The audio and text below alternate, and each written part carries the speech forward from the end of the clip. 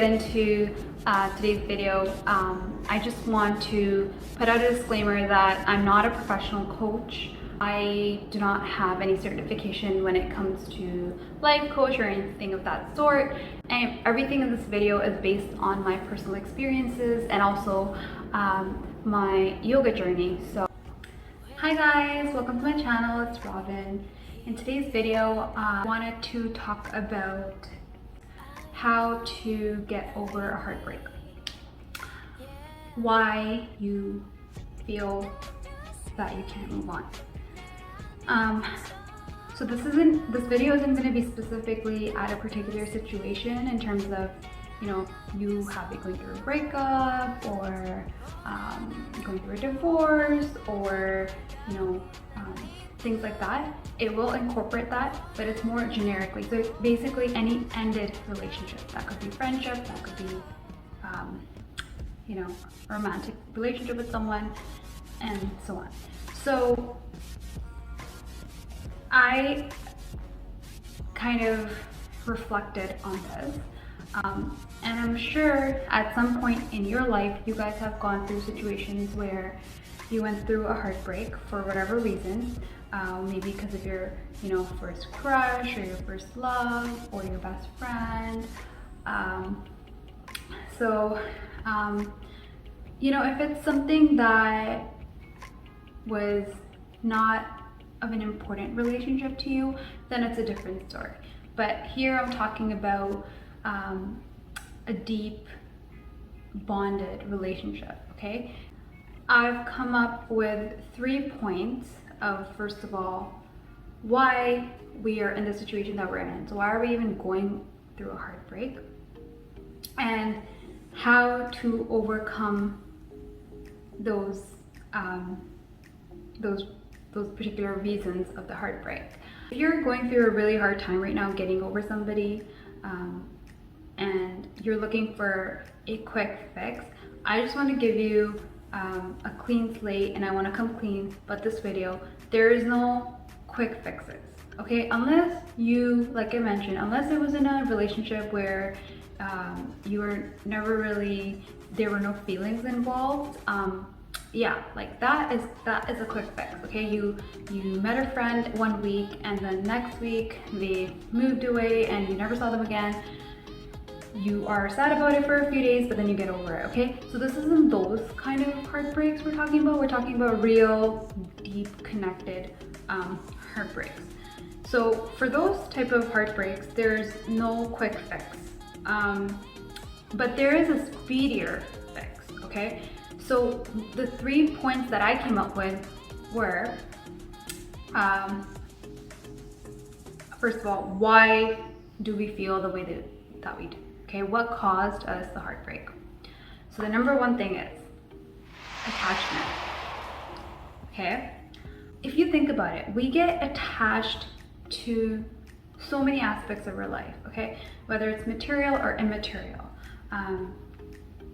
Just even, the type of coffee that you drink, okay? So if you make coffee at home and you're buying certain type of brand, and you've been drinking that for some time now, and then say you move to another country, you no longer have accessibility to that same coffee brand, it upsets, okay? So that's how quickly, my point is, that's how quickly we become attached to everything in our life, okay?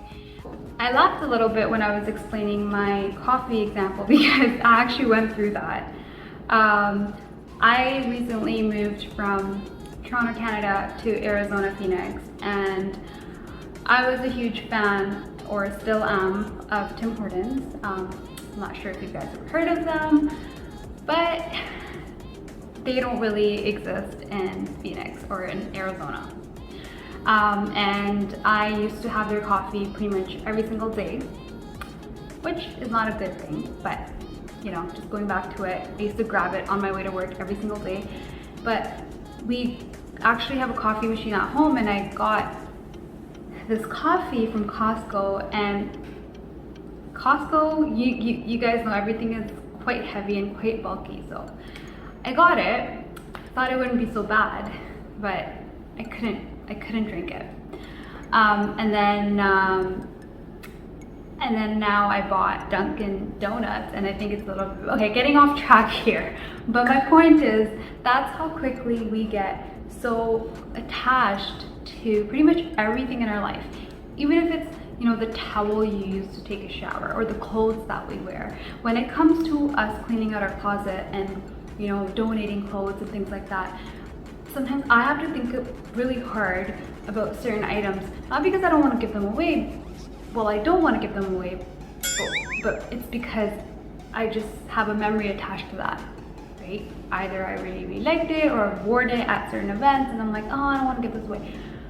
So it's like literally everything in our lives we attach to, right? So I think one of the major reasons, especially when we have interaction, like human interaction, where, you know, when it's like material items, we don't get that interaction with it. But whereas when it comes to human interaction, like, you know, you talk to the person, you share things with the person, you have deep conversations with that person, you know, you pretty much make them, if I want to use the analogy, if you have a house and you invite them over, it's almost like you're inviting them over into your entire life. So of course you're going to get attached. That's definitely there. When I reflected on, you know, I went through a hard time, I have to reflect why is it that, you know, it's been so long, it's been months and months and months, or even years, why is it that I just can't let go? Like, I just need to let go. So anyways, I started practicing exercise. So one of the things you know, although yes, I knew attachment is always there, but I had to write it down. So yes, attachment is one of the major causes of heartbreak. And I have, second on my list is expectations. We all know that we unconsciously set expectations, and we set expectations from those that we are really close to. Okay, so I am pretty sure, just like, you know, we expect, for instance, our parents growing up, I mean, at that time, we didn't expect them to take care of us, but as we grew older and, you know, when we communicate with them or other people, it's just a standard expectation that, yes, you know, my mother did this for me, my mother took me to school, my mother made me food at home, and my dad used to buy my favorite gifts or whatever it is, right? So those are all expectations. And then those expectations that we, you know, that are built in as we're growing up kind of are diverse in our day-to-day lives. And when we make friends or when we have our, you know, our partners and stuff like that, we pretty much have the same, we apply that same concept with them. So we build expectations. My third point is, why do we go through a heartbreak? Because the first two things cause us to be hurt. If we didn't have attachment, if I didn't have the attachment to Tim Hortons, one of my favorite coffees in Canada, I wouldn't care that it's not available here. I wouldn't have a problem switching over to Dunkin' Donuts or the Costco brand or whatever. I wouldn't have a problem letting go of some of my old clothes that are worn out. And when I say that, it's the same concept applies to relationships. If I didn't have the attachment and the expectation, I would not be so hurt today to let go of that relationship when it did end. So I think when they say journalize, I never used to understand that. I used to be like, why? It doesn't help me to write. It doesn't help me to write. Until you really are kind of forced to go through it, then you realize, oh yeah, like, you know, even certain things that are common sense aren't so much of a common sense, or they're not as helpful just, you know, when they're out in the open, but once you start to reflect on it and write it down, it starts making sense. So attachment and expectations cause heartbreak. At least that was my experience, okay? I think if I didn't have those two things, I would not have been hurt, and I would have a much easier time to let go of some of the relationships in my life. Now, the speedy part of this recovery, all is said and done, the heartbreak has happened. How do we fix it? How do we move on from this heartbreak? So, you know, and one of the other analogies I want to use, if you have an arm and you're not able to rotate it completely, okay? You're able to move it forward, but you're not able to rotate it backwards and make circles, okay, round circles with it. That didn't happen unless there was some major health issue or something like that. That didn't happen within a day. That didn't happen within a month. That didn't happen within a year or years. It must have taken a lot of time for that to happen. And now you have realized that your arm cannot go backwards. You finally realize it, and then you're trying to fix it. So you were trying to move it back, but it just won't move back. Well, time and the number of years that it's taken for your arm to become so stiff and not rotate fully, expect that it will take the same number of years to become soft and not stiff anymore, and for it to form movement again. Okay, so I use this because it's a good example, and I use this because one of the points that I've listed here to overcome a heartbreak is to, yes, you know, you should go out, you should do shopping therapy, and it definitely always helps me. You should go on a trip with your friends and your family. You should go to a beach. You should go for nature walks. You should, you know, all of that is definitely helpful. I'm not going to take away from that. But is that a permanent fix? No. You're going to come back and you're going to feel crappy again. So the point where my arm story is, if you have attached yourself to something, you got to detach it. And for you to detach it, if you were, you know, in a relationship with somebody for 5 years or 6 years or 10 years, I'm not saying, oh, it's going to take you exactly that many years to get over that person, but it will definitely not take you one day to get over that person. So that would be a quick fix for sure. I mean, personally, I haven't been able to do that. If there's someone out there that has been able to do that, that's great. I would love to hear about your tips. So feel free to, you know, comment below. But I don't know anyone that has been able to, and I personally haven't myself.